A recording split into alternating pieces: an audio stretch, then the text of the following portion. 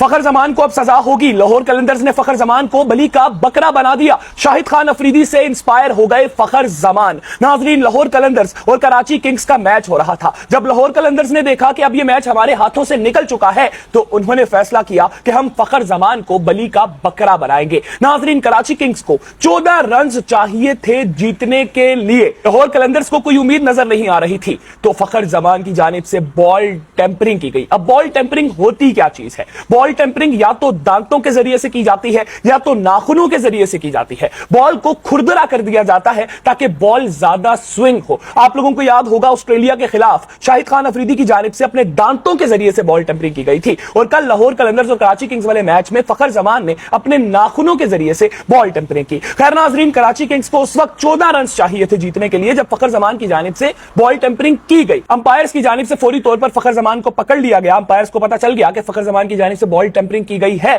जिसकी वजह से 5 रन की पेनल्टी दी गई लाहौर कलंदर्स को। मतलब कि कराची किंग्स को जीतने के लिए 14 रन चाहिए थे। बॉल टेंपरिंग के बाद वो रन रह गए 9 और कराची किंग्स ने बाआसानी ये मैच अपने नाम कर लिया, मैच जीत लिया। खैर नाजरीन, फखर जमान को बॉल टेंपरिंग पर चार्ज किया गया है और हमारी इतलात के मुताबिक फखर जमान की अगली पेशी 48 घंटे यानी कि 2 दिन के अंदर अंदर होगी। हो सकता है कि फखर जमान के 2 मैचेस के ऊपर पाबंदी लगा दी जाए, 3 मैचेस के ऊपर पाबंदी लगा दी जाए, 8 मैचेस के ऊपर भी पाबंदी लगाई जा सकती है कि आगे आने वाले 8 मैचेस हो सकता है फखर जमान पीएसएल के ना खेलें। आप लोग इसके ऊपर क्या राय रखते हैं? जरूर कमेंट सेक्शन में अपनी कीमती राय का इजहार कीजिएगा और यह भी बताइएगा कि अच्छी बॉल टेंपरिंग किसने की, फखर जमान या लाला ने। शुक्रिया।